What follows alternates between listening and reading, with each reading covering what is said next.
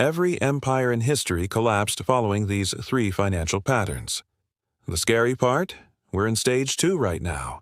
By the end of this video, you'll understand exactly why empires always collapse the same way, and more importantly, you'll recognize the warning signs happening around us today.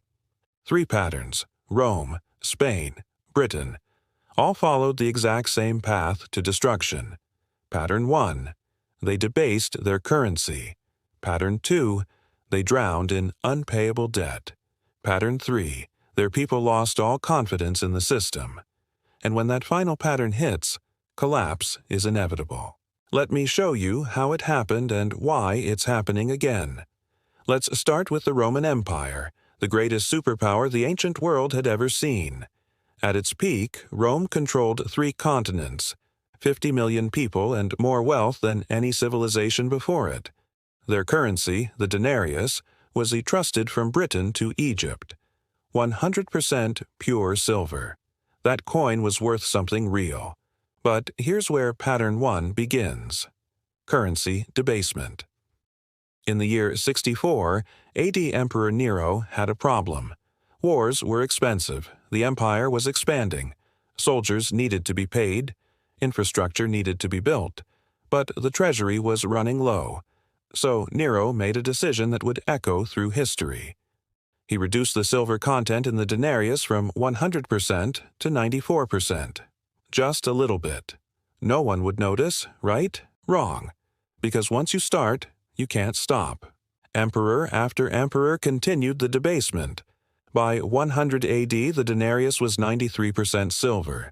By 200 AD, it was only 50%. And by 270 AD, barely 2 centuries after Nero's decision, the denarius contained only 5% silver. 95% of its value gone. Imagine holding a coin that your grandfather said could buy a week's worth of food. Now it barely buys you a loaf of bread. That's what happened to every Roman citizen. Their savings, their wages, their entire economic reality was being quietly stolen through currency debasement. But Rome wasn't alone. Fast forward to the Spanish Empire in the 1500s. Spain had just discovered the New World. Gold and silver were flooding in from the Americas. They were the richest empire on earth. The Spanish real was the global reserve currency. Everyone wanted it. Everyone trusted it. But Spain made the same mistake Rome did. They started issuing copper coins alongside their silver. At first, it was just for small transactions. Convenient, they said, practical. But then the government started issuing more copper than they had silver to back it up. They were creating money out of thin air, and just like Rome, the value collapsed. By the 1600s, Spanish copper coins were essentially worthless. Merchants refused to accept them. Trade ground to a halt. The empire that had conquered half the world couldn't even maintain a stable currency. Now, let's talk about Britain, the empire where the sun never set. In the early 1900s, Britain controlled a quarter of the world's land and population. The British pound was backed by gold.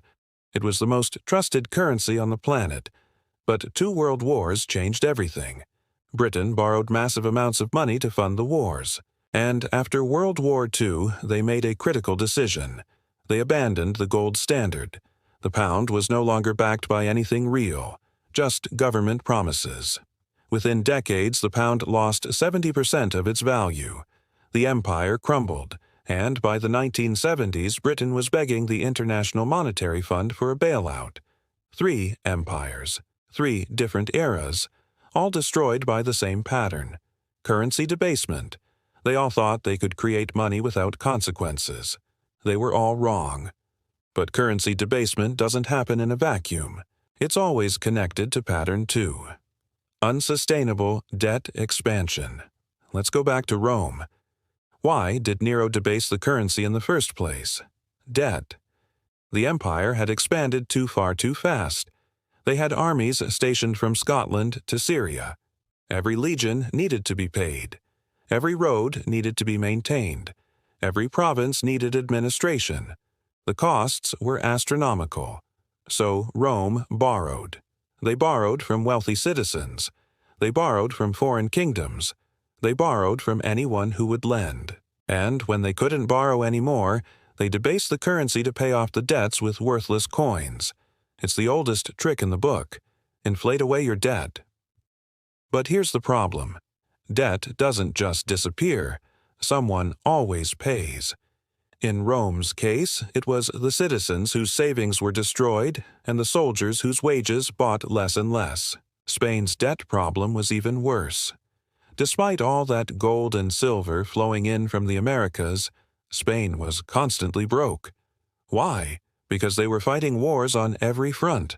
Against France, against England, against the Ottoman Empire, against Dutch rebels. War after war after war. And wars cost money. Lots of money. Spain borrowed from Italian and German bankers. They borrowed so much that by the mid-1500s, half of all the silver coming from the New World went straight to paying interest on their debts. Not building infrastructure, not investing in their economy, just interest payments. And when they couldn't pay, they defaulted. Spain declared bankruptcy 4 times in 40 years. 4 times. 1557, 1560, 1575, 1596. Each default destroyed their credibility. Each default made it harder to borrow. And each default pushed them closer to collapse. Britain's debt story is more recent and more relevant to us today. World War I cost Britain everything. They borrowed billions from the United States. They sold off foreign assets. They printed money. And when World War II came just 20 years later, they did it all over again. By 1945, Britain's debt was 250% of their GDP, 2.5 times their entire economy. There was no way to pay it back, no way to grow out of it. They were trapped. So what did they do? They inflated, they printed money, they devalued the pound, and slowly, painfully, they inflated away the debt. But the cost was enormous. The empire dissolved. India gained independence. African colonies broke free. Britain went from superpower to secondary power in a single generation, all because of unsustainable debt. Now here's where it gets terrifying. Pattern 3. Loss of confidence. This is the final stage. The point of no return. When citizens lose faith in their currency, in their government, in the entire system, collapse accelerates exponentially. Let me show you how fast it happens. In Rome, by the year 270 AD, people stopped using the denarius altogether. They went back to bartering, trading goods for goods. The economy regressed 1,000 years. Farmers refused to sell food for coins. Soldiers deserted because their pay was worthless. Tax collection collapsed because no one would accept the currency. The empire that had ruled for centuries fell apart in decades. Spain experienced the same loss of confidence. By the early 1600s, Spanish merchants were refusing their own currency. They demanded payment in foreign coins, Dutch guilders, English pounds, anything but Spanish copper. International trade dried up. The economy contracted. And within 50 years, Spain went from the world's richest empire to a second-rate power. 50 years. That's how fast confidence collapse destroys an empire. Britain's loss of confidence was more subtle, but equally devastating. After they abandoned the gold standard, international investors started dumping pounds. They didn't trust a currency backed by nothing. British goods became expensive. Exports collapsed. And the economic decline fed political decline. The empire that had ruled a quarter of the world couldn't even control its own currency. So let's connect this to today. Remember, I said we're in stage 2? Here's why. The United States dollar is the global reserve currency, just like the Roman denarius, just like the Spanish real, just like the British pound, and just like those empires, the U.S. has been debasing its currency. In 1971, President Nixon took the dollar off the gold standard, just like Britain did. Since then, the Federal Reserve has printed trillions of dollars. The money supply has exploded. Each new dollar makes every existing dollar worth less. That's currency debasement. Pattern 1. Check. Pattern 2. Unsustainable debt. The U.S. national debt is now $35 trillion. That's 123% of GDP, higher than it's ever been except during World War II. The government borrows $2 trillion every single year just to keep functioning. Interest payments alone are now over $1 trillion annually, more than the defense budget, more than Medicare, just interest, and it's growing exponentially. Pattern 2. Check, we haven't hit Pattern 3 yet. Loss of confidence. The dollar is still trusted globally. International trade still happens in dollars. Central banks still hold dollars as reserves. But the cracks are showing. China and Russia are trading in their own currencies. BRICS nations are discussing alternatives to the dollar. And every time the U.S. prints another $1 trillion, every time they raise the debt ceiling, every time they choose inflation over austerity, confidence erodes a little more. History shows us that Pattern 3 happens suddenly, not gradually. Rome's currency was used for centuries, then collapsed in decades. Spain's real was trusted for generations, then rejected in years. Britain's pound was the global standard, then abandoned in months. The transition from Stage 2 to Stage 3 is rapid and brutal. So, what can you do? First, understand the patterns. Recognize that this has happened before and it will happen again. Second, protect yourself. Diversify out of pure cash. Hold assets that maintain value during currency collapse. Real estate, commodities, precious metals, productive businesses, things that have intrinsic worth beyond government promises. Third, stay informed. Watch for the warning signs of Pattern 3.